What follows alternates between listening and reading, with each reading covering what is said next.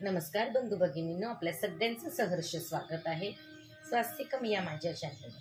आज मी आपल्यासाठी संपूर्ण चातुर्मास याच्यातील ऋषी मुनी साधू संतांनी सांगितलेली उपासना साधना व्रत ही दिलेली आहे। हे जणू काही आपल्यासाठी एक रोडमॅप आहे, एक आपल्याला आयुष्यामध्ये कसं पुढे चालायचं आहे आणि त्याच्यामध्ये आपण देवाची उपासना कशी करायची, जप कसे करायचे, व्रत कशी करायची, या सगळ्याबद्दल याच्यामध्ये माहिती दिलेली आहे। बऱ्याच लोकांना जर याच्याबद्दल माहिती नसेल तर नक्कीच हे पुस्तक त्यांना खूपच कामी येईल आणि चातुर्मासामध्ये त्यांना जे काही देवाची भक्ती करायची आहे त्याच्यामध्ये दिवसेंदिवस वाढ होईल। श्री विष्णू चरणी हीच प्रार्थना, विष्णू लक्ष्मींच्या चरणी हीच प्रार्थना की ज्या कुठल्या व्यक्तीपर्यंत हे पोचत असेल त्यांना ह्याच्यातून नक्कीच मार्गदर्शन मिळू दे। आणि आपल्याला जर माझे व्हिडिओ खरंच आवडत असतील तर आपण माझ्या चॅनलला सबस्क्राईब करा, माझ्या व्हिडिओला लाईक करा आणि कमेंटमध्ये ओम विष्णुवे नमः, ओम महालक्ष्मी दैव्य नमः लिहायला विसरू नका। जप साधना। चातुर्मासात जपाला अतिशय महत्त्व आहे। जप करताना त्या इष्टदेवतेचे एकाग्रतेने स्मरण करा।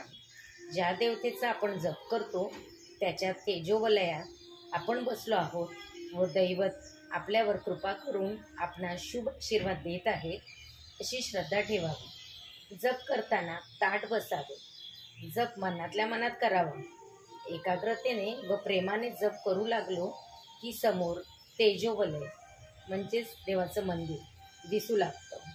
श्रद्धाभावनेने केलेले जपामुळे परमार्थाचे अनेक सूक्ष्म अनुभव प्राप्त होतात व अंतःकरणात आनंदाची शहनाई वाजू लागते। दानाचं महात्म्य। अनेक धर्मग्रंथात दानाचे महात्म्य वर्णन केले आहे। खरोखरच आपले जीवन म्हणजे आपणास मिळालेले दानच होय। त्याचे दान करीत राहिल्याने मानवी जीवनाचे सार्थक होते। ज्यांनी दान केले त्यांची कीर्ती अजरामर राहिलेली दिसून येते। चातुर्मासाच्या काळात दान महत्त्वाचे मानले आहे। या काळात अन्नदान करावे, तसेच वस्त्रदान व संपत्ती दानही करावे। दान घेण्यात वाटणारे सुख हे क्षणिक असते, परंतु दान देण्याचे सुखाचे संवेदना आयुष्यभर प्राप्त होतात। दान ही धर्माची पूर्णता आहे। दान हा धर्माचा शृंगार आहे। जलाशयातील पाणी सतत वाहत राहिले तर ते शुद्ध राहते। त्याचप्रमाणे संचित धन परोपकारासाठी खर्च केले तर त्याचे रक्षण होत असते। दानशूर व्यक्तीच्या धनसंचयातील धन कधी संपुष्टात येत नसते।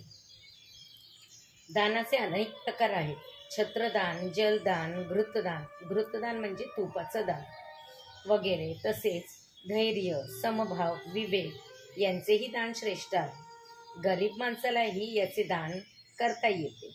आपले प्रत्येक सत्कृत्य दान धर्म होय। जो शक्तिशाली असूनही क्षमा करतो आणि गरीब असूनही दान करतो अशा लोकांच्या हृदयात स्वर्गाचे राज्य निर्माण होते।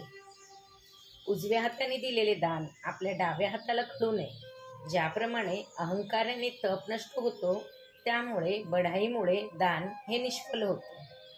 आध्यात्मिक ज्ञानाचे दान हे सर्वश्रेष्ठ दान होय। अध्यात्मज्ञान हे जन्मोजन्मी उपयोगी येत असते।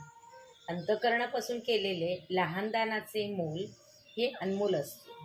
स्वधर्माने मिळवलेल्या धनातून दान करणे हे आपले कर्तव्य आहे। अशा बुद्धीने जे दान दिले जाते व ज्याच्यापासून परत उपकाराची अपेक्षा नाही अशाला योग्य ठिकाण, काळ व पात्र पाहून दिले जाते ते दान सात्विक होय। शास्त्रसिद्ध चातुर्मासाचे महत्त्व। पुरातन कालापासून अनेक लोक चातुर्मासात उपासना साधना करत आले आहेत। त्यांनी आपली शारीरिक व मानसिक प्रगती साधून घेतली। चातुर्मास कालावधी धर्मशास्त्रदृष्ट्या अतिशय महत्त्वाचा आहे। धर्म हा तर जीवनाचा पाया आहे। या पायावरती जीवनाची सर्वांगीण प्रगती करायची असते। अनेक लोक काही साधना न करता धार्मिक विधींना नावे ठेवत असतात। प्रत्यक्ष साधना करू लागलो तर त्यापासून होणाऱ्या लाभांची आपणास जाणीव होईल। चातुर्मासात दुर्गुणांचा त्याग व सद्गुणांची पूजा करायची असते। मानवात सात्विक, राजस, तामस हे 3 प्रकारचे गुण असतात. राजस व तामस गुणांना नाहीस करून सात्विक गुणांची वाढ करावीची असते. माणूस हा पतनशील प्राणी आहे. प्रयत्नाने तो आपल्यातील दैवी गुणांचा विकास करू शकतो. चातुर्मासातील उपासना, साधना, व्रताने दैवी गुणाचा निश्चित विकास होत असतो. दैवी गुण वाढले तर मानवाचे जीवन आनंदी बनते. तसे संपदा ही मुक्तिदायक आहे आणि आसुरी संपदा ही बंधनकारक आहे.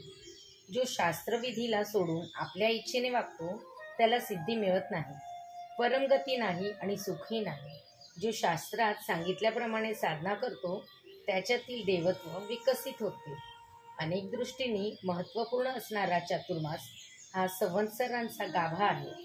पुढील प्रकरणात वेद, शास्त्र, पुराणातील उपासना व सूत्रे समजावून घ्यायची आहेत.